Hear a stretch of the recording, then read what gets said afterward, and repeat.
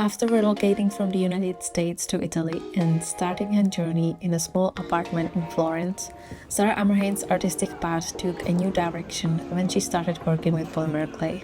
Inspired by the enchanting streets, impressive buildings, and the beauty of nature around her, Sara discovered her passion for creating bold, colorful jewelry that radiates beauty and confidence. Hi, welcome to Florence. For this episode of the Polymer Week Podcast, we visited Sara in her studio in the heart of Florence and talk about her inspiring journey that led her to become a full-time artist.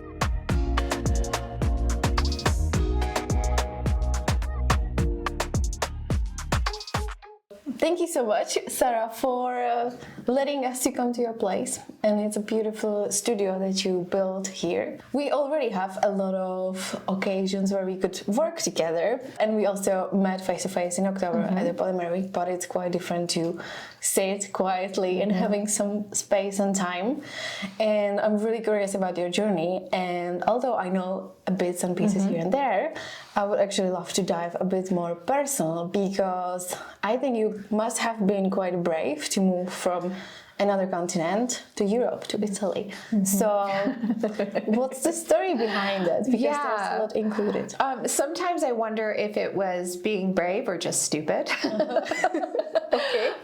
Because I think at the time when I did it, I was obviously much younger. It was almost 24 years ago that I did it. So I feel like it's just kind of starting my life, and I was really curious about the world, and I was really curious to see what else was out there. I grew up in Southern California, but I was born in New York, and I don't know if you know anything about like the whole East Coast, West Coast sort of thing in the United States. Yeah. There's definitely this they're two very, very different places, and the United States is so big that it's almost like two different countries. And having parents that came from New York and transplanted to California, in many ways, they never really felt at home in California. So as a result, I think that we didn't really always feel at home in California. I'm the youngest of four, so I have older siblings. We're all very, very close, but I think all of us sort of had this. We always kind of felt like we were missing something in California. Like a lack of something. So I think for me, when I was the only one of my four siblings that went away to college. So I moved away from home and I went to college. I went up to Central California. And then from there, it sort of progressed very slowly, because I began working in a restaurant. I met two other girls that were working there. One of them was planning a trip to Europe, a backpacking trip for the summer. And they invited me to come along. And honestly, I had never really even thought about traveling to Europe. It was never something that I had considered. And so I was like, well, yeah, sure, of course. Like, let's do it. So I came on a backpacking trip. We traveled around Europe for 2 months. There were days when we loved each other, days when we hated each other. It was just one of those, we had an amazing time. But we went back, and I went back to school, back to college. And the next year, the next fall, there was an announcement in the hall of the school for a study abroad program in Florence, Italy. And after having been here for a couple of months in Europe, I was like, yeah, of course I want to go back to Europe. But again, I didn't really feel like that was going to happen, because I had just been here, and it's like, well, I really, should probably finish school and, get that all out of the way. But then I went and I inquired about it, and the program was actually full. And they told me no. They said, unfortunately, there's no space left, but leave us your phone number, and if anything comes up, we'll call you. And of course, we know what happens.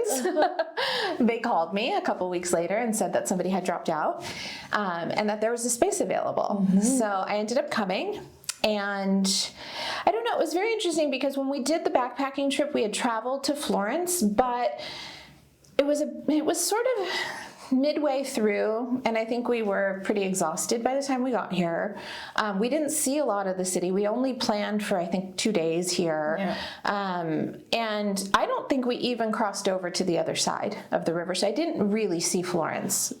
And it wasn't until I got here on that study abroad trip. And for something happened that I never expected, and I just kind of felt at home here. You know, I just kind of felt comfortable. It's a very small city. So it's got this intimacy to it, and I just kind of felt like, yeah, this is home. This is comfortable. Yeah, this is a good place, and I could be happy here. And then about a month after I arrived, I went out with some friends one night, and there was this guy sitting in the corner of the pub, drinking a beer, and he was kind of just hanging out by himself, which intrigued me, of course. So I went over and sat down and started talking to him, and that man is now my husband. Oh, that's actually a beautiful love story. Yeah. So his version of the events is that his friend wanted to go out that night because there was a girl at the pub that his friend wanted to see, but his friend didn't want to go alone because he thought it would make him look creepy. So he begged Luigi to come with him. He was the best one. Exactly. Yeah. So he was like, "Sure, fine, I'll come." And that's. These kind of stories are amazing. Like one little direction to a different way, and suddenly everything is different, right? Exactly. I wanted to ask if when you came from Europe for the first time back to your home in USA, was something a bit off, or did you feel things are the same as you left, or they weren't? I don't think you're ever the same after you travel. Yeah. I think after you see different ways of the world and different ways of, living and doing things, I don't think you're ever the same. Yeah. And I think it just opened me up to different possibilities, and made me realize that I didn't necessarily have to stay in Southern California forever. It's. When it comes to your family, was it easy to left some people behind, because obviously the differences in different continents and also the distance between, that's quite a long. Yeah. So how was it to dealing with these issues around, which are always a part of moving somewhere and dealing with family? It's really hard.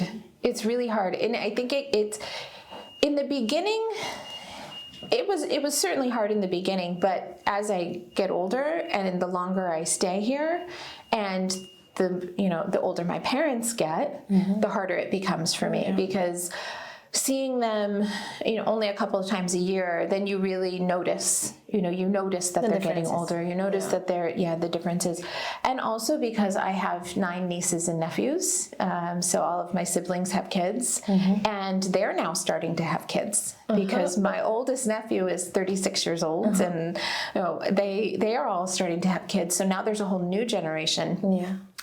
And of course that's hard because I don't get to, be with them as they grow up, and they have this, our aunt, our Italian aunt, as they call me, that lives here. And I think they really like that idea, but it is hard. Yeah. Because there are little things like a birthday party, or they get together every once in a while for a barbecue, and I'm not there, so that part gets really hard. Yeah, for sure. Would you say, or do you think that you would stay here if it wasn't for your future husband that you just met in the pub?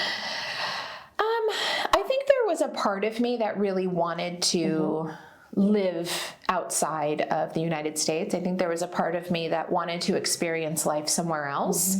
And I do believe that things happen for a reason.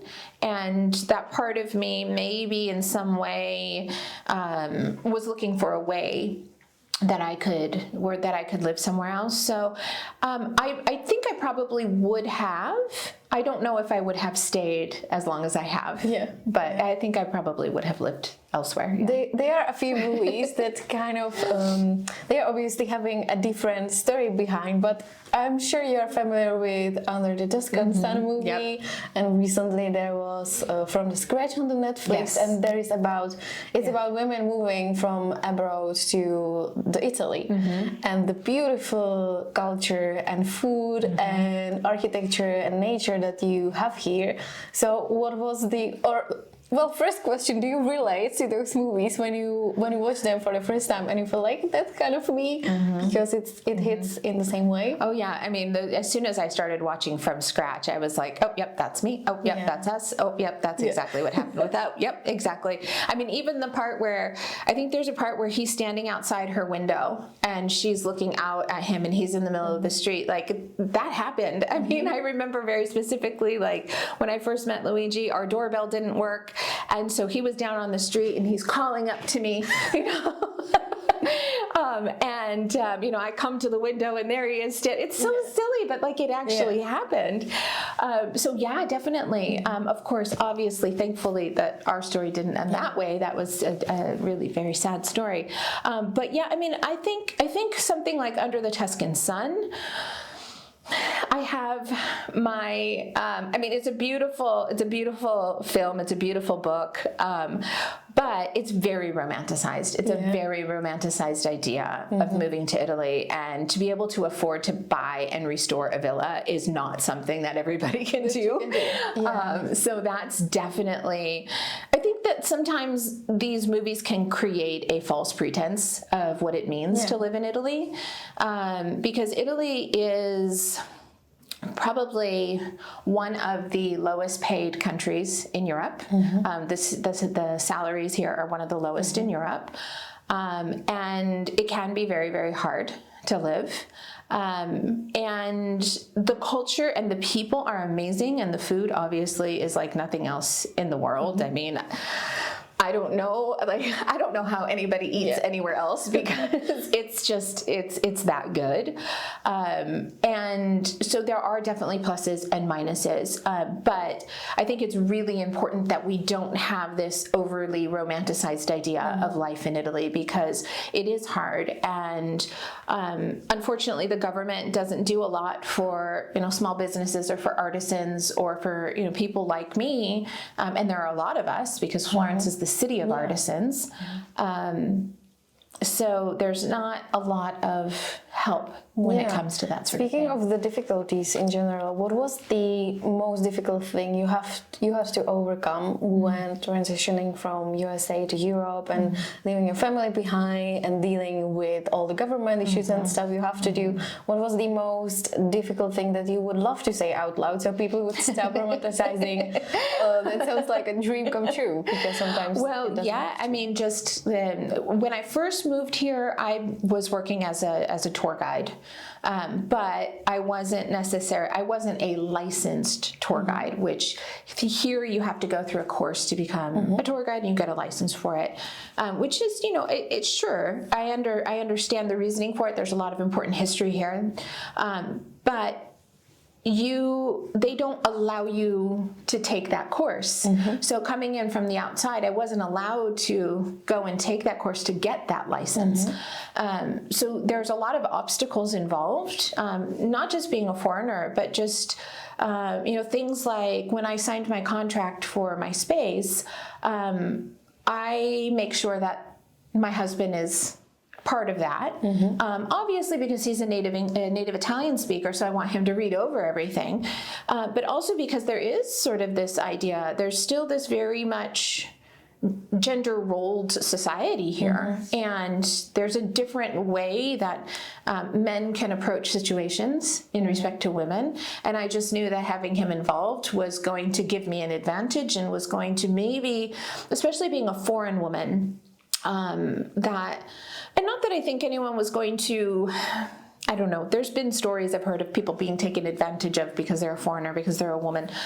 So it was just kind of an extra, a layer of protection to have him involved in that kind of thing. So, I mean, there's definitely a lot of bureaucracy involved in this country.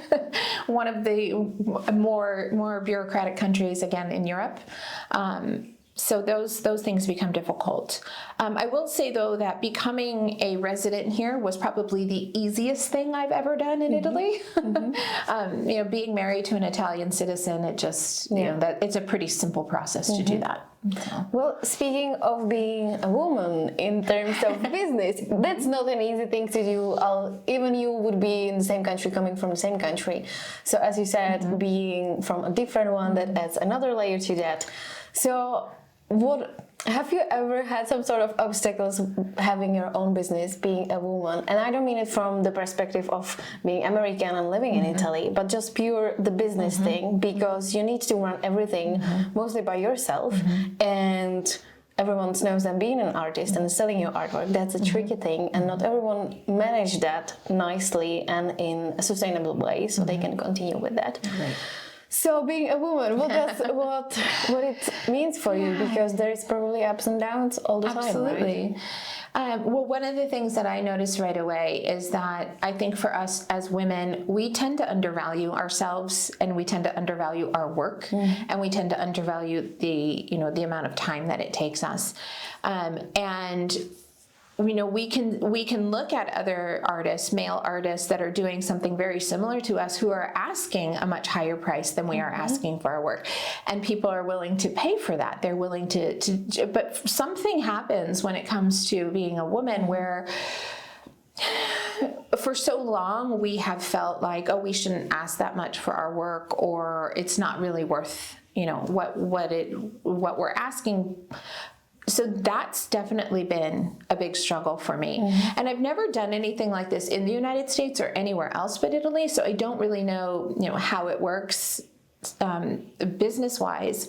But I do know that it's been tough, especially with polymer clay, because people don't know what it is.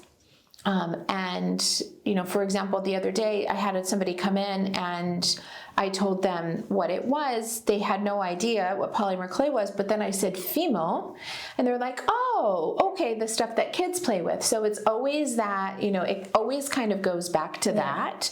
And people think that Fimo is the material. They don't understand that polymer clay is the material and Fimo is a brand. So that gets to be a bit of a struggle. So they're putting the material before the artistry, before the work that's involved in it. And being in a city like Florence, where it's a jewelry city, it's known for jewelry, it has a history of jewelry making. Ponte Vecchio is full of gold. I mean, it has been like that for centuries. And so this is the idea of jewelry that people have in Florence. So you bring in a different material, and people don't understand why the value of that, or why the price that's put on that is not, I won't say as much as gold, but some of the pieces that I make, are cost several hundred euros. So they don't quite grasp that. So that I find to be very difficult. The other part of that I found difficult is when applying to shows or exhibitions or fairs outside of in other cities. Nobody will say it outright, but I do feel like sometimes I've been turned down because of the material, because people don't see it as being as valuable. It immediately gives you some sort of disadvantage just to name the material, right? When it's in the circles where people are not aware of the possibilities and the history and things. Exactly. Well, that's a sad thing about it. And I think that a lot of polymer clay artists and enthusiasts and everyone involved in the community, they will immediately relate to that, because we all had that some sort of friend or customer, and as you said nicely, the first reaction, that's the toy or kids play with, so I know the material, and you're like, exactly, that's the thing, but let's keep it like that. I mean, another part of that for me is that I do get asked often to do workshops for kids, and I have very strong feelings about that, and it's not because I don't love children and I don't love the creativity of children, because I do, and I think children are amazing in the creativity and the things that they will do. But for me, as a polymer clay artist, I have very strong feelings about doing workshops for children, because I don't want it to be perceived like that. I don't want people to come to me, can you teach my child how to make this? I mean, I can, but I won't, because I need, as a professional, I need to keep the level of my work. It's a very specific and different category to fit in. Exactly. And also, did you ever taught a class for children with polymer clay? The only one that I've ever done was actually not a child. She was a young girl. She's 12 years old, and she comes and does private lessons with me every once in a while. But that for me is a bit different, because this like is one by one, one to one. Because she is, because it's a private lesson, and because she's very seriously interested in the material. But I don't really, I don't want to do classes that are just to kind of play and make something for a child. Yeah, I know what you're talking about. I did a few, and I don't know why I always was like, yeah, okay, let's do it, because there is some sort of idea that maybe a new generation or maybe some new people and kids, and then they bring the material at home. But you said it nicely, it's a very different category, and to be honest, it takes a lot of your energy, just being focused on, well, I sometimes had like 12 and sometimes 20 people around, 20 kids around. Wow.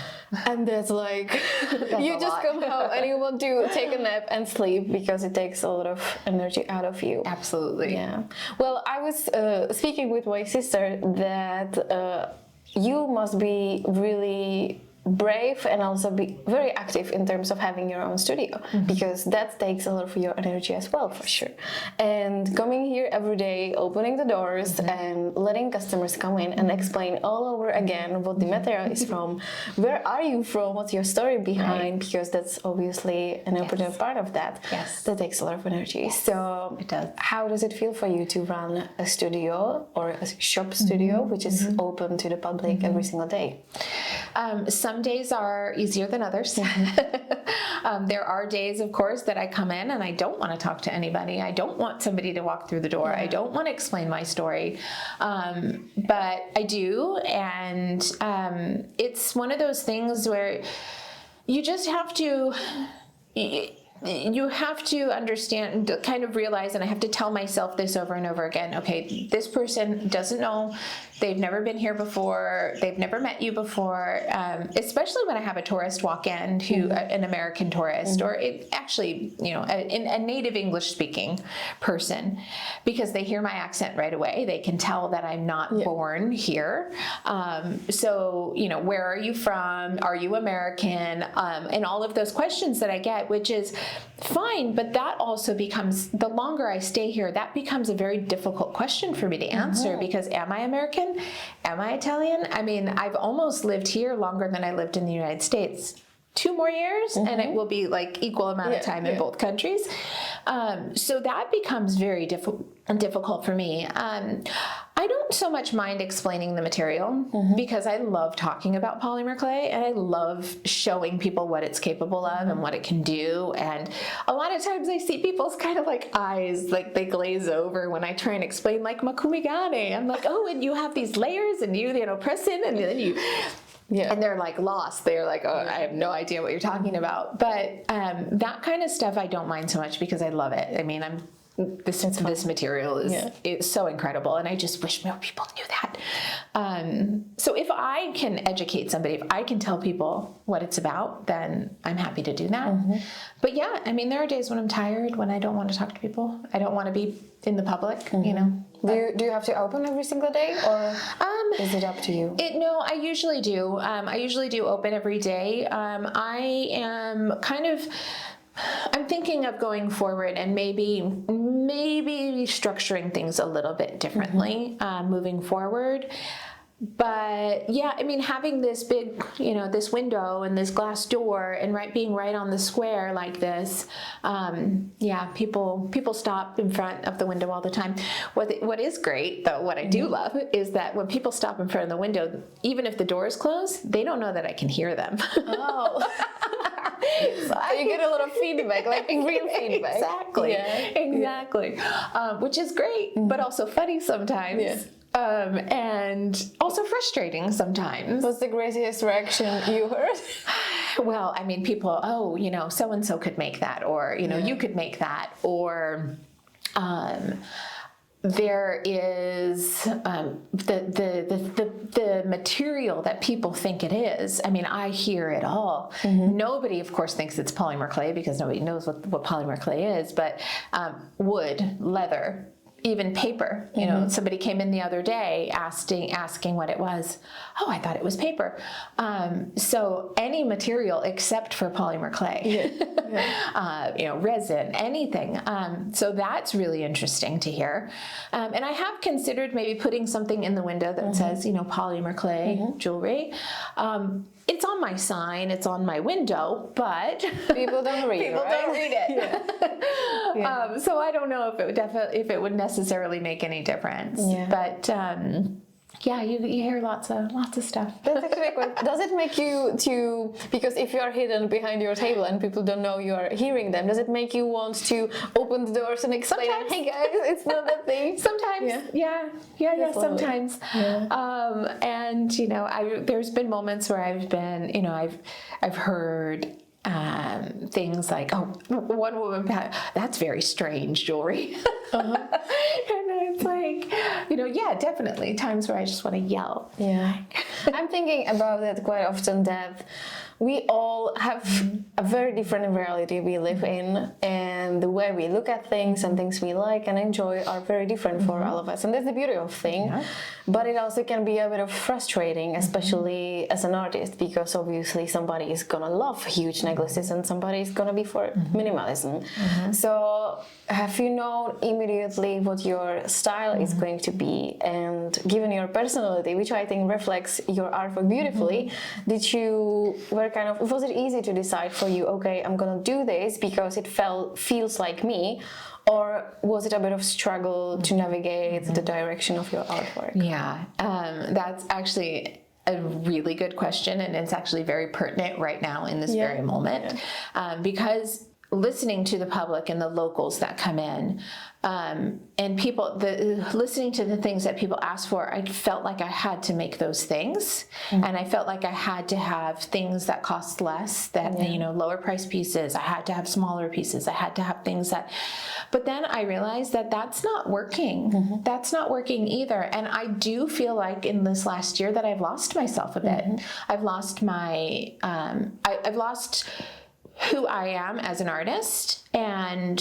I'm just now, with this new collection that I'm working on, have decided I'm not doing that anymore. I'm going back to what makes me me, and what makes me feel good and makes me excited about making my jewelry. And if somebody likes it, they like it, and if they don't, they don't. And if somebody comes in and asks me for a tiny pair of flower earrings, I'm sorry, but that's not what I do. And I can't try and cater to everybody. I have to be true to myself as an artist. So it is easy. And, you know, I've been doing this for 15 years now, working with polymer clay, and I've been an artist my whole life. I mean, I grew up creating things, and it's, even after all of this time, there are moments where I lose myself and I listen to the outside world, and I try and please other people, and that doesn't work. It's not just the world outside of the glass windows here, but it's also the world of polymer clay, where a lot of different artists and people are having their own techniques and styles. Does it influence you in some way, or are you really good at being away from all of that? Because some artists actually do, and when I speak with many of them, sometimes they're like, yeah, I really enjoy looking at everything we do in a community, and others are like, I just quit everything, like Facebook and stuff, and I don't want to see a picture, because sometimes I see it in my artwork without even knowing that I'm copying someone else. So what is it for you? I mean, I think it's amazing, the stuff that is being done with polymer clay, and again, like, I wish everybody could see that. But, you know, for example, Polymer Weekend, and the use of so many people using translucent, and I've used it before, but then I was like, oh my gosh, there's so much you can do with that. So this new collection that I'm working on, there's much more translucent in it, but I still feel like it's mine. I still feel like I'm using it in my own way. But it's just kind of like, oh yeah, that's another, that can enhance my style and what I already do. But I think it's so important for us to see what each other is doing. And I think it's really amazing to just see how other people think. And approach maybe the same technique or the same, you know, way of working. And I think Ellen Randall said it so well during Polymer Weekend, that she came there to teach, but she learned so much, and I feel exactly the same way. So I think the beauty of that. I really like the idea when we all can share in not in a healthy or safe way, but when we respect each other and the thing we are creating, but we are always open to learning and showing the secrets behind, because sometimes there are years or there are even guilds and places where the competition is quite real, and it takes away a lot of the beauty of the material and the community. And then when we can somehow manage that friendly community in between and being like, how did you make it, and explaining, but there is the awareness of, okay, I'm happy to show you and teach you, but I'm also happy if you figure it out differently, because that's what I've been working on for a lot of time. Have you always had that energy around you, and was it easy since the beginning, or were there some sort of obstacles or maybe different polymer clay artists you met that weren't really involved in the same direction like that and felt maybe a bit of? Honestly, I think in the past 15 years, I have met maybe 3 or 4 other polymer clay artists personally. And it wasn't until October at Polymer Week that I was surrounded by 110 people that work in material. It was like heaven. So I don't really know that I'd ever experienced many people who worked in polymer clay, especially again in Florence. I mean, maybe there's a few people that do it as a hobby, but professionally, I don't know anybody else here that does it. For me, this idea of sharing and teaching or sharing techniques, it's never bothered me much. I don't hide anything. I don't try and keep anything to myself. Because I think that collaboration and sharing is one of the best ways for us to grow as artists. But I also feel like, okay, it's taken me quite a long time to, perfect a technique or perfect some, the way that I work. So if somebody is just starting off, I'm not so worried that I don't ever think that they're going to steal my work, or they're going to, they're going to go sell what I do. I don't know. That's never really been a concern to me. I also grew up in, like I said, I'm the youngest of 4. I was always kind of expected, just kind of, you just share everything that you do, you collaborate, you're part of a big group, a big family. And then I also grew up with my mother, who is also very creative. She had a bakery in our house when we were little. She baked cakes, decorated cakes. She did gingerbread houses at Christmas time, and she is now addicted to her Cricut machine, and she loves paper craft. And so I grew up with her, and she also worked for a sticker and paper and gift wrapping company, and she was constantly bringing stuff home and putting them in front of me and giving me this opportunity to experiment with different materials. So I think it's just always been part of my life. Like, you experiment and you share. You experiment and you share. Oh, I did this and I learned that and I did this. And then, going to art school too. I went to a pretty big art school in Los Angeles. And we would have, 5-hour critiques where you would put your piece in front of the entire class, and everyone would sit around and talk about you for an entire 5 hours. So you learn to accept feedback. You learn to share the way that you made something, the techniques that you use. So I've never really felt like I needed to keep anything to myself.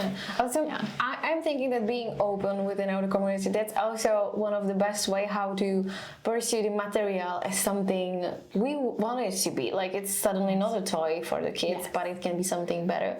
And it already is something better, but maybe in a way of sharing and not keeping things as secrets when it's not really necessary, then it can actually accelerate the material to another level. So we are not then bothered with all those people around not perceiving the material on the standard as paper or other glass and stuff that obviously immediately get a very different attention or, feedbacks and stuff than the clay. You spoke about the art school and the teachers and critics in front of you. I always hated that when we had it at the high school, because sometimes, and that's the thing about artists and artwork, creating something which is always very subjective, I think, and the other part or side does not have to see it in the same way based on their life and an experience. So for you, was it actually fine for you to have those people in front of you and some sort of judging what you have just created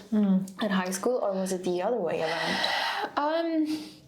I don't think that I really grasped the concept of what I learned in art school until I left art school. When I was in it, I think I was very nervous, and I was very anxious, and I was very preoccupied with what everybody else was going to think and what the teachers were going to say and what kind of critique I was going to get. And, you're in a classroom and everyone's talking about you, and, you kind of, you become insecure, you know. But I think that those things help you, because then you learn that it's okay to feel those things. But in order for you to make meaningful work and things that, you feel good about, you have to be able to overcome those criticisms, and you have to be able to keep working even through that. And if somebody else doesn't like it, or if it doesn't resonate with somebody, it doesn't mean that it's not going to resonate with anyone. It's just not for them. But it did take me a while. And I don't think that it wasn't until my last year of art school that my teachers finally started to say, this is you. Like, this is I'm finally seeing something from you that feels like it's you. Because I think I was trying to please them as the professors. I was trying to please my classmates. And when I stopped trying to do that, they're like, yes, this is, finally. And of course I wasn't there yet. I hadn't arrived. I mean, I was still a student, but that was the path that I needed to take. It sounds like you had nice teachers, actually. Most of them, yeah. I mean, don't get me wrong. I mean, I cried many times during art school. I mean, I remember the way that our art school was set up is we had classrooms on either side, but then we had classrooms right down the center, and all of our classrooms were glass. So there were all glass windows because there's the big labs and that kind of thing. And so I was walking down one hallway on one side of the classrooms, and my professor was walking down the other side. And I had just gotten a really bad critique from him. So I'm walking, and we're walking basically at the same pace. And I see him, like, every once in a while, there's a little hallway where you can cross through. And I see him, like, don't look at him, don't look at him, don't look at him. Finally, we get to the end. I'm about to leave. He looks over and he says, Sarah, come here. And I lost it. I just let it all out, and I lost it. And then, he very, calmly tried to explain to me the reason, I'm telling you these things because you're here to learn. You're here to get better. That's why you're here. So it did take me a while to kind of accept. But it sounds really nice the way that the teacher and others there dealt with that, because sometimes they are people who can teach, and then they are those who shouldn't, because they can give you a feedback, but they are not thinking of you as a human. So they just lay it straight on the table, and it makes something within you. Obviously, it makes you sometimes cry because you try really hard, and because I'm always thinking also that behind every single person is some sort of family and personal stuff that we don't tend to share because they maybe are not appropriate, or they are too personal. And especially at school, I think it's very clear, because it's not just the art that you put on the table, but you show up every single day, and they are a lot, especially in that age, that is going on behind the scenes. So for you, was there something that you couldn't really share at the moment, and you somehow would love to, because it would make things easier, but you couldn't really because it was not appropriate? I mean, I think for me, I always had this sense, not so much in art school, not so much when I got to college, but definitely in high school, definitely living in Southern California. I never really felt like I fit in. Southern California, Los Angeles is, I won't say everybody, but it's very much the stereotype that you think of. It's a lot of very, pretty girls, blonde, bikini wearing girls, like on the beach and all of those things. And I am so not that. I am so the opposite of that. And I was always, the bigger friend. I was always the one who couldn't share clothes with the other girls. And And there was also moments where I kind of felt like I was the reserve friend, that if there wasn't anything, anyone else to hang out with, that they would call me. So I think that those things kind of made me, in a way, when I got a little bit older, I would say after I graduated from high school, I did start to express myself a bit more. Actually, no, I won't even say after high school. I went through many stages. When I was about 13 years old, I went through like the all black heavy metal goth kind of like everything was black, and my mother hated it. She was so mad. But that for me was, I wasn't like all of those other girls, so I'm going to be like somebody else. Yeah. I'm going to put on this tough front, and I'm going to be, I'm going to stand out in some way. And then from that, I went into being like, I think from that I went to being like a flower child hippie, 1960s, and then into like the 1970s. So it was sort of this strange progression. And I would go to thrift stores and I would buy the most outrageous things that I could find in the thrift stores, and I would just dress colorful, and I would wear like huge high heels, and because for me it was almost like this armor. It was almost this way of, well, I'm not like that, so I'm going to show you that I'm something different or something else. But I also think that that's a little bit of what pushed me to leave that environment too, and look for something else. That sounds like that. Yeah. What would that little girl that tried to be really different from others in order to fit somewhere or find a place in that community, what would that girl think of if you would tell her, okay, wait a bit, in less than 20 years your life is gonna be actually really cool in the middle of the Florence. I don't know if you go out after your work and you go for drinking some wine and having a nice pastry or some food, what would that little girl think when you would tell her? I think she would think it was pretty awesome. For sure. But I do try and especially right now, I'm trying to channel her again. I'm trying to get back to her. And I know it's really hard as we get older and we become adults, and all of these influences from the outside world, and we forget about that person that we really are inside. So I'm really working right now to get back to her and find her again, because that person, even if she didn't fit in with all of the other girls, that makes her unique. That makes her different. And if this is something that I want to continue doing, then I need to make something that's different and stand out and is not for everybody. And it's for that person who maybe still feels like I did at that time, or for somebody who is really just wants to express themselves through the things that they wear on their body. I need to, it's hard. We lose them sometimes, but I'm trying to get her back. I love how you dig deeper into the personal level of that, because to me lately, I'm trying to find that within the Polymer Clay artwork a lot. And I don't mean in mine only, but in our wall feed, I'm looking for the concept behind. So I'm often asking for the personal part to understand the artist, the author.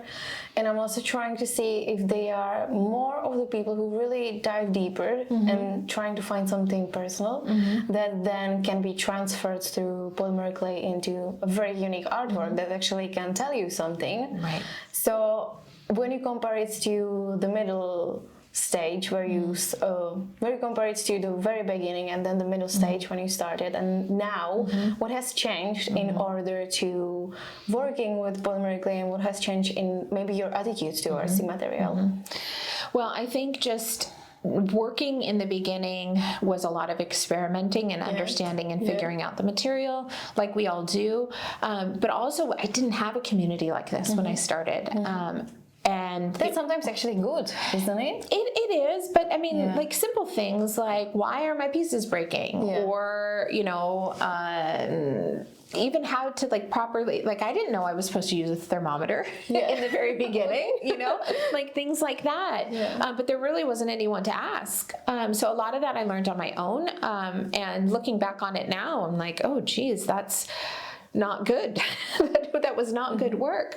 And when I started, it was sort of in this interesting, like, transitional period in my life too, because as I mentioned earlier, I had worked as a tour guide, and it came to the point where I wasn't able to do that anymore. So I had to either go find another job somewhere else or try and do something with, I had gone to art school, like be an artist, go out in the world and do this. So I decided that I was going to put all my efforts into that. And that's when I discovered polymer clay. And I think I was doing it because I needed to make an income. I needed to find something that I was going to be able to turn into a profession. From there, I started to... I would say in the middle stages, when I got to the point where I was selling my work regularly, and I moved into a shop with somebody else that was in a very high trafficked foot traffic area, I started making things because I knew those pieces were selling, and I knew that those were going to be what was going to support the business and the income and that kind of thing. And so I felt like I was a little bit on autopilot, that I just, was making the same pair of earrings and the same necklaces and that kind of thing. Now here, because the environment over here is very different, and because the situation in Florence is very different, I'm now finally starting to feel like I'm digging deeper into myself, and I now feel like I'm just ready to go all out and not care about what's going to sell and what's not going to sell. And if I make something that somebody else doesn't like, then that's okay. But if I feel good about it, and if it feels like what's right to me, then that's okay. So I feel like it's definitely a new chapter. I feel like I'm definitely on to the next stage in my career. But it's actually a very nice example, because in the beginning, you had to figure out your life, and you said you needed some sort of income, and you went for the artistic side and for the hustle to make them work. So it makes sense that period of time couldn't be really diving into your personal life and trying to figure out the artistic part of the art itself, and it went more for, okay, I need to make a life here, so how should I do that when I can't work as a tourist guide or other things? So that makes sense that after things kind of go into that peaceful environment, and you finally get some time to think of, then it's time to dive deeper, because the places around and everything is changed, so suddenly you are free to do that, right? And I also feel like after all of these years that I've been working with the material, and I feel like as an artist myself, that I am at a point in my career where I don't want to be making little things anymore. I mean, I feel like I look at some of the other artists in our community who have been working in this material for their entire lives, and obviously there's a difference. I'm certainly not comparing myself, but they also went through stages in their careers. And I feel like now it's okay for me to be able to get to that next level and that next step, and to be more of a gallery artist or a show artist, or not so much just making the little things to sell, but moving up to that next stage in my career. So I've also decided that, my prices are going to go up as well, because I feel like I deserve that, and that my pieces are worth that now. And just like any career, you start at a certain level, but over time, you begin to, your salary raises, you get paid more because you become an expert in your field. And I'm certainly not an expert. I know there's still so much to learn when it comes to this material, but I do see that I have passed through stages, and now it's time for me to go up, to raise that level. No, I was talking to a friend of mine who is a potter, a ceramicist, just yesterday, and she was quite envious of our community, because I talk about it all the time, and I talk about you all the time, and I talk about Polymer Weekend all the time and how amazing it was, and she's like, nothing like that would ever happen in the ceramics community, and there's so much competition amongst each other, and nobody wants to share their techniques. Nobody nobody wants to talk about the way that they do things. And she's like, gosh, I'm so quite envious. It sounds like such a positive community that you're part of. And I was like, yeah, it is. It's amazing. I heard that as well with one teacher of mine who is into porcelain and ceramic as well.